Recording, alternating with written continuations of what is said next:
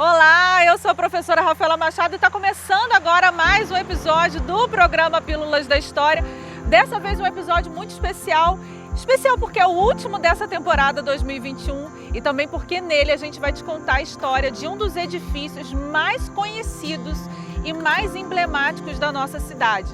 Eu estou falando sobre o Solar dos Arizes e suas muitas histórias, inclusive a história da escravizaura. Será verdade tudo isso? Nesse episódio eu te espero. Vamos lá!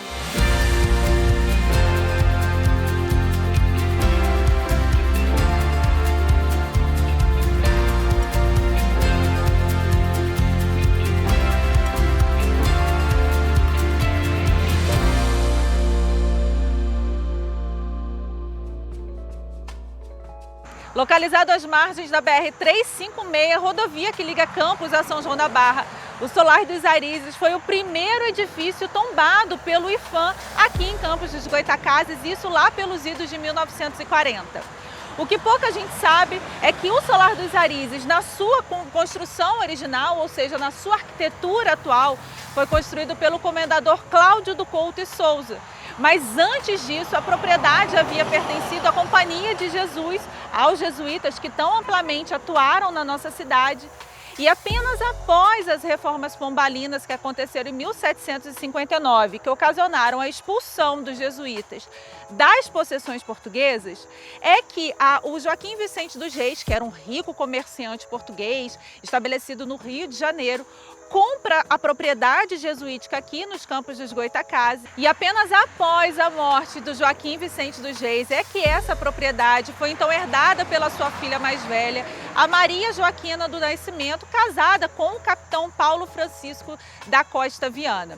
Olha que interessante, gente. Após o falecimento do capitão Paulo Francisco da Costa Viana, o solar, na verdade a fazenda, foi adquirida pelo comendador, também português, Cláudio do Couto e Souza, e vai ser ele o responsável por edificar o Solar dos Arizes na sua forma atual.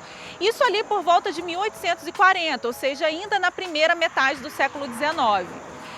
Tempos depois, já mais para o finalzinho do século XIX, o comendador Cláudio do Couto e Souza vai construir um engenho. Esse engenho ele ficava exatamente aqui nos fundos do Solar dos Arizes, mas foi demolido logo depois, já em finais do século XIX, por volta da década de 90 do século XIX, justamente porque os engenhos, os pequenos engenhos e as engenhocas, perdiam espaço para os engenhos centrais e as usinas que eram inauguradas nesse final do século XIX.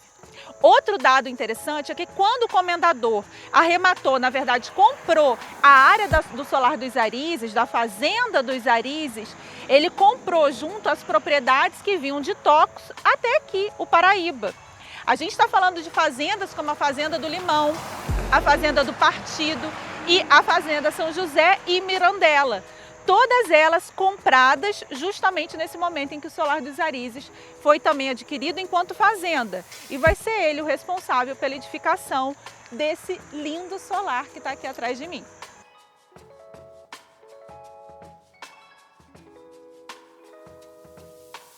A arquitetura do Solar dos Arizes é considerada uma arquitetura clássica do período colonial.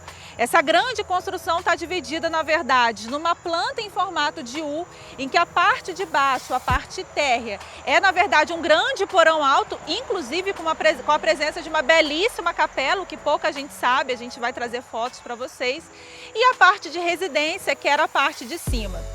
Depois, como herdeiro do comendador Cláudio do Couto e Souza, gente, a edificação passou a propriedade da família do ilustre escritor, historiador Alberto Lamego, também do seu filho, daqui a pouco, Alberto Ribeiro Lamego.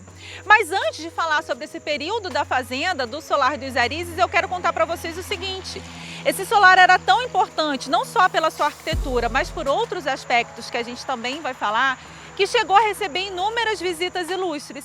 Entre elas, no ano de 1883, recebeu a visita do imperador Dom Pedro II, quando em visita pela nossa cidade para inaugurar a usina de Barcelos.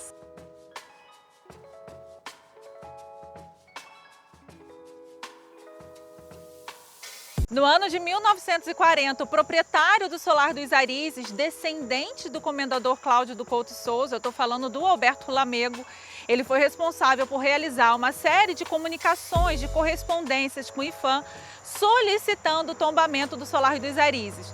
É por isso que esse foi o primeiro edifício da nossa cidade a ser tombado, ou seja, a ser reconhecido pelo IPHAN. Esse reconhecimento, obviamente, levava em consideração o valor histórico, arquitetônico, patrimonial e cultural do Solar dos Arizes, mas também, gente, a rica pinacoteca que existia aqui no interior do solar e também o mobiliário, o rico mobiliário da família Lamego. Olha que interessante, gente, a Pinacoteca do Alberto Lamego chegou a ser considerada uma das maiores e mais completas do Brasil. Por conta dela, outras figuras ilustres visitaram a nossa cidade, visitaram a Meca dos campistas, como se dizia nos jornais. Eu estou falando de figuras como Mário de Andrade, o Plínio Salgado, líder do movimento integralista, da ação integralista brasileira. Então, gente, em 1940, como eu disse para vocês, levando em consideração todo esse valor do solar, mas também do seu interior, é que o Solar dos Arizes foi tombado. E você aí de casa deve estar se perguntando, mas cadê essa pinacoteca? Cadê a rica documentação do Alberto Lamego? Antes de falecer, o próprio Alberto Lamego, gente, vendeu a sua pinacoteca para o Museu Antônio Parreiras, em Niterói, onde está até os dias de hoje, e também a sua documentação, que reunia documentos de altíssimo valor histórico, recolhidos no Brasil, mas também na Europa, ele vendeu para o Instituto de Estudos Brasileiros da Universidade de São Paulo. Hoje, o que ficou desse tombamento é, na verdade, o Solar dos Arizes, mas eu digo para vocês, de imenso valor para nós campistas.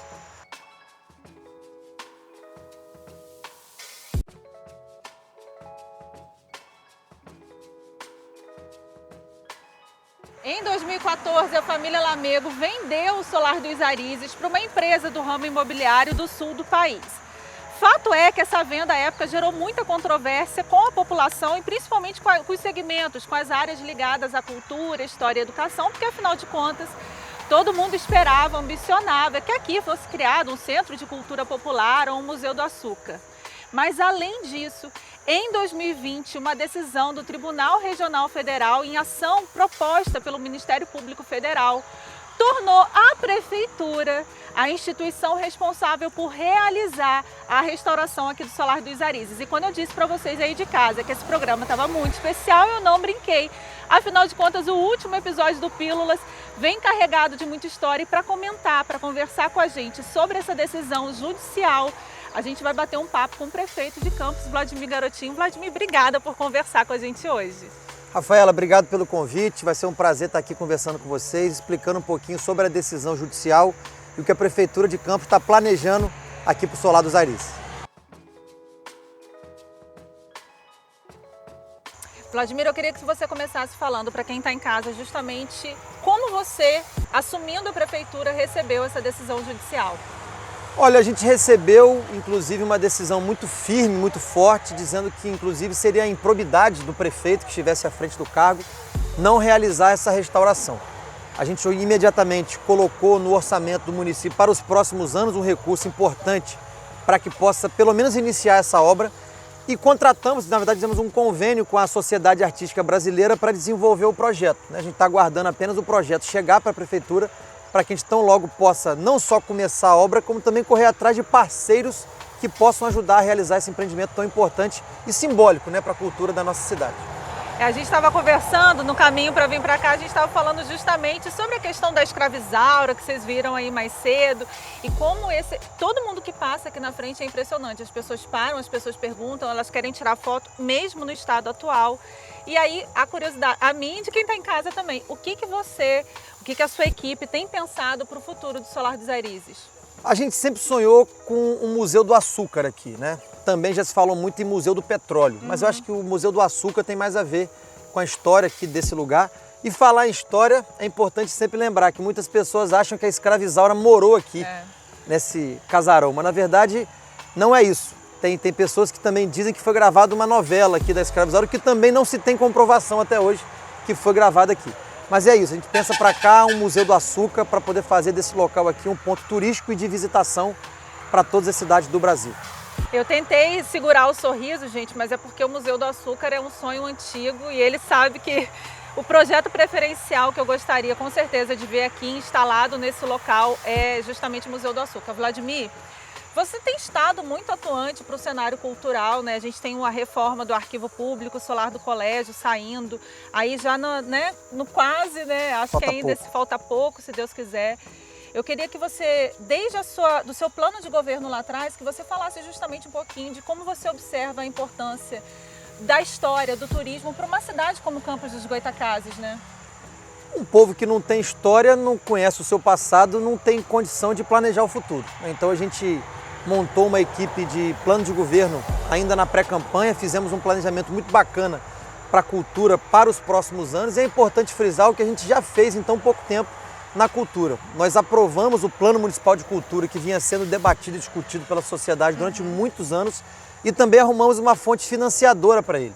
Aprovamos uma lei que foi muito polêmica naquela época, que é dos empréstimos consignados e também dos benefícios que as instituições financeiras oferecem aos funcionários. 5% disso obrigatoriamente vai para o Plano Municipal, para o Fundo Municipal de Cultura, para poder cumprir o Plano Municipal de Cultura que foi aprovado já no início do nosso governo. É verdade. Gente, eu sou testemunha do esforço empreendido pelo Vladimir, pela equipe dele, pela professora auxiliadora lá na Fundação Cultural também, para que o arquivo seja restaurado, mas agora, nos últimos tempos, cumprindo não apenas a decisão judicial, mas indo além, gente, procurando ocupar esse espaço com aquilo que sempre foi sonho de nós campistas, que seja um centro de cultura popular, um museu do açúcar ou do petróleo. O que importa é que as próximas gerações, né, os nossos filhos, meus alunos, que eles possam ver o Solar dos Arizes ocupado e na sua plenitude, né, Vladimir? Isso é um sonho e a gente, quando sonha, a gente corre atrás para poder realizar os sonhos. Eu tenho certeza que em breve a gente começa a obra do Solar do Colégio e também vamos aqui, assim que o projeto estiver pronto aqui do Solar dos Arizes, também começar essa obra tão importante. Lembrando que a empresa que está fazendo todo o projeto, né, que está pensando essa ocupação do Solar dos Arizes, que é a Sabre, fez o termo de cooperação técnica com a Prefeitura, é quem também está cuidando lá do arquivo. E uma observação importante, gente, tanto o Solar dos Arizes quanto o Solar do Colégio são edifícios tombados pelo IPHAN, então toda a intervenção, a obra, menor que seja, não é o caso, tem que passar pela anuência, pela supervisão do IPHAN. Vladimir, tenho que te agradecer. Vladimir se dispôs a falar com o Pílulas da História diretamente aqui do Solar dos Arizes. Eu acho que isso é muito simbólico. Você sair de lá, de onde você trabalha, para vir aqui falar sobre o solar é sinônimo de que, de fato, ele tem um olhar mais atencioso para esse lugar, né, Vladimir? Olha, eu que agradeço o convite, é um prazer participar. Já sou telespectador e assisto os programas do Pílula da História e agora vou poder, aqui junto com a Rafaela, contar um pouquinho para vocês do que a gente vem trabalhando e fazendo pela cultura da nossa cidade. Que bom, vou trazer ele no episódio número 1 da temporada do ano que vem, Convida gente. que eu venho.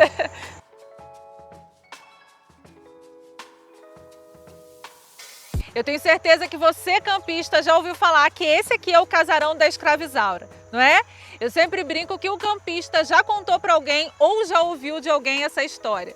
Na verdade, gente, eu sinto em te dizer, mas nenhum documento foi encontrado até os dias de hoje que comprove a existência de uma escravizada branca vivendo aqui no Solar dos Arizes ou vivendo na nossa região. Essa história ela começa, na verdade, quando o escritor Bernardo Guimarães escreve a obra Escravizaura, contando a história de uma escravizada branca nascida da relação entre uma escravizada de nome Juliana e um feitor português branco, e acaba sendo escravizada dentro dessa fazenda ambientada no município de Campos dos Goytacazes. Pela descrição que o Bernardo Guimarães faz na obra, eu imagino que seja para os lados de São Fidélis, já que ele fala em um lugar de montanhas em que passa o rio na porta do solar. Outra coisa muito interessante, gente, é que além dessa história não ser comprovada, na verdade ser um romance escrito por Bernardo Guimarães, ambientada no ano de 1875, em 1976-77 a TV Globo gravou a primeira versão da novela Escravizaura. Todo mundo fala que essa novela foi gravada aqui no Solar dos Arizes, mas a verdade é que, segundo informações da própria Rede Globo, as cenas foram capturadas em conservatória e em Vassouras, e algumas imagens de estúdio eram gravadas no estúdio da TV Educativa e no estúdio da Herbert Richards. Ou seja, a verdade, gente, que nem a primeira versão, nem a segunda versão foram gravadas aqui no Solar dos Arizes. Mas deixa eu chamar a atenção de vocês para uma coisa. A primeira versão da novela, gravada pela Rede Globo em 76 e 77, teve direção de um campista. Erval Rossano, campista falecido em 2007, foi um dos diretores, junto com Milton Gonçalves, nessa novela escrita por Gilberto Braga. E é ele o diretor-geral na versão mais recente produzida pela TV Record também. Acontece, gente, que lenda e tradição se misturam na história do Solar dos Arizes. E seja como for, qual de nós não se orgulha um pouquinho em dizer: eis aqui o casarão onde foi gravada a novela da Escrava Isaura?